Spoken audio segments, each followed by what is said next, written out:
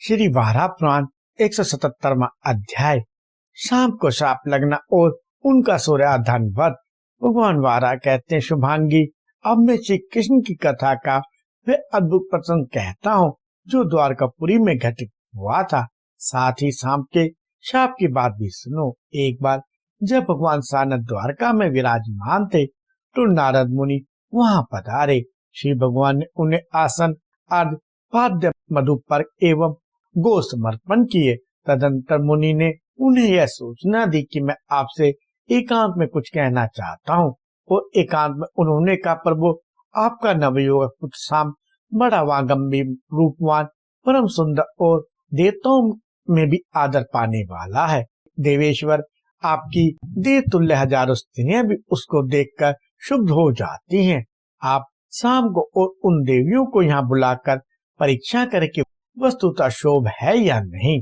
इसके पश्चात सभी स्त्रियां तथा शाम श्री कृष्ण के सामने आए और हाथ जोड़कर बैठ गए। क्षणभर के बाद शाम ने पूछा, प्रभु, आपकी क्या आज्ञा है। वस्तुतः शाम की सुंदरता को देखकर श्री कृष्ण के सामने उन स्त्रियों के मन में शोभ उत्पन्न हो गया था। भगवान श्री कृष्ण ने कहा, देवियों, अब तुम सब उठो और अपने स्थान को जाओ।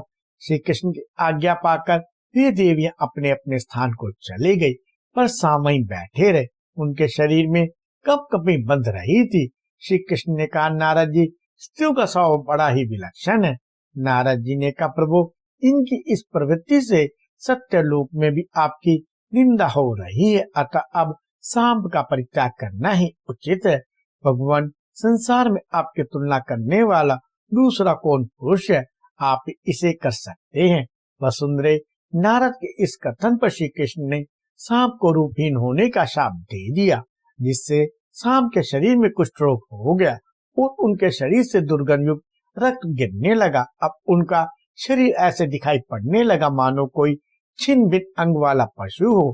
फिर नारद जी ने ही शाम को शाप से छूटने के लिए सूर्य की आराधना का उपदेश दिया और साथ ही कहा, जामवंती नंदन, तुम्हें वेद और उपनिषदों में कहे हुए मंत्रों का उच्चारण करके विधि के अनुसार सूर्य नमस्कार करना चाहिए। इससे वे संतुष्ट हो जाएंगे। फिर सूर्य से तुम्हारा समुचित संवाद होगा। जिस प्रसंग को लेकर भविष्य पुराण निर्मित होगा, उसे मैं ब्रह्मा जी के लोक में जाकर उनके सामने सदा पाठ करूंगा। फिर सुमंत मुनि मर्त्य लोक में मनु के सामने उसका कथन करेंगे। इस प्रकार उसका सभी लोकों में प्रचार प्रसार होगा। सामने का, प्रभु, मेरी स्थिति तो ऐसी है मानो मांस का एक पिंड हो, फिर उदराचल पर मैं जा ही कैसे सकता हूँ। यह आपकी ही कृपा है कि मुझे यह दुख भोगना पड़ रहा है, नहीं तो तत्वतः मैं बिल्कुल दोष रहित था। नारद जी बोले, शाम, उदराचल पर जाकर सूर्य की आराधना करने से जैसा फल मिलता है, वैसे ही फल मथुरा के शत सूर्य तीर्थ पर सुलभ हो जाता है। यहाँ भगवान सूर्य की प्रतिमाओं का प्रातः, मध्याह्न एवं सायकाल में जो पूजा करता है, वह तुरंत ही साम्राज्य जैसा फल प्राप्त कर सकता है। प्रातः, मध्याह्न और साय, इन तीनों पवित्र समय में सूर्य मंत्र का जप तथा उच्च स्वर से उनके स्तोत्र पाठ से सारे पाप धुलकर कुष्ठ आदि रोगों से भी मुक्ति मिल जाती है। भगवान वारा कहते, वसुंधरे, मुनिवर नारद के ऐसा कहने पर महाबाहु सामने श्री कृष्ण से आज्ञा प्राप्त कर मुक्ति फल देने वाली मथुरा में आकर देवऋषि नारद की बताई विधि के अनुसार प्रातः, मध्याह्न और सायंकाल में उन शत सूर्यों की पूजा एवं दिव्य स्रोत द्वारा उपासना आरंभ कर दी। भगवान सूर्य ने योग बल की सहायता से एक सुंदर रूप धारण कर शाम के सामने आकर कहा, शाम, तुम्हारा कल्याण हो, तुम मुझसे कोई वर मांग लो। मेरे कल्याणकारी व्रत एवं उपासना पद्धति के प्रचार के लिए भी इसे करना पर आवश्यक है। मुनिवर नारद ने तुम्हें जो स्रोत बताया है और जिसे तुमने मेरे सामने व्यक्त किया है, उस शाम पंचराशि का स्तुति में वैदिक अक्षरों एवं पदों से संबंध 50 श्लोक है। वीर नारद जी द्वारा निजित इन श्लोकों द्वारा तुमने जो मेरी स्तुति की, इससे मैं तुम पर पूर्ण संतुष्ट हो गया। वसुदेव, यह कहकर भगवान सूर्य ने शाम के संपूर्ण शरीर का स्पर्श किया। उनके छूते ही शाम के सारे अंग सारोप मुक्त होकर चमक उठे। फिर तो वह ऐसे विद्योतित होने लगे, मानो दूसरे सूर्य ही हो। उसी समय याज्ञवल्क्य मुनि माध्यान्हिक यज्ञ करना चाहते थे। भगवान सूर्य शाम को लेकर उनके यज्ञ में पधारे और वह शाम को मध्यानंदित संहिता का अध्ययन कराया। तब से शाम का भी एक नाम मध्यानंदिन पड़ गया।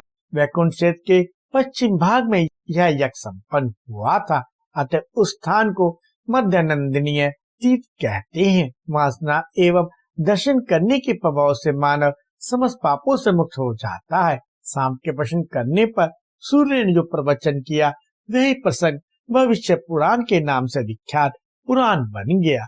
यहाँ सामने कृष्ण गंगा के दक्षिण तट पर मध्याह्न के सूर्य की प्रतिमा की प्रतिष्ठा की। जो मनुष्य प्रातः, मध्याह्न और अस्त होते समय इन सूर्य देव का यहाँ दर्शन करता है, वह परम पवित्र होकर ब्रह्मलोक को प्राप्त होता है। इसके अतिरिक्त सूर्य की एक दूसरी उत्तम प्रातः कालीन विख्यात प्रतिमा भगवान कालप्रिय नाम से प्रतिष्ठित हुई। तदंतर पश्चिम भाग में मूल स्थान में अस्ताचल के पास मूल स्थान नामक प्रतिमा की प्रतिष्ठा हुई। इस प्रकार सामने सूर्य की 3 प्रतिमाएं स्थापित कर उनकी प्रातः, मध्याह्न एवं संध्या तीनों कालों में उपासना की भी व्यवस्था की। देवी शाम ने भविष्य पुराण में निर्दिष्ट विधि के अनुसार भी अपने नाम से प्रसिद्ध एक मूर्ति की यहाँ स्थापना कराई। मथुरा का वह श्रेष्ठ स्थान शामपुर के नाम से प्रसिद्ध है। सूर्य की आज्ञा के अनुसार वहाँ रथ यात्रा का प्रबंध हुआ।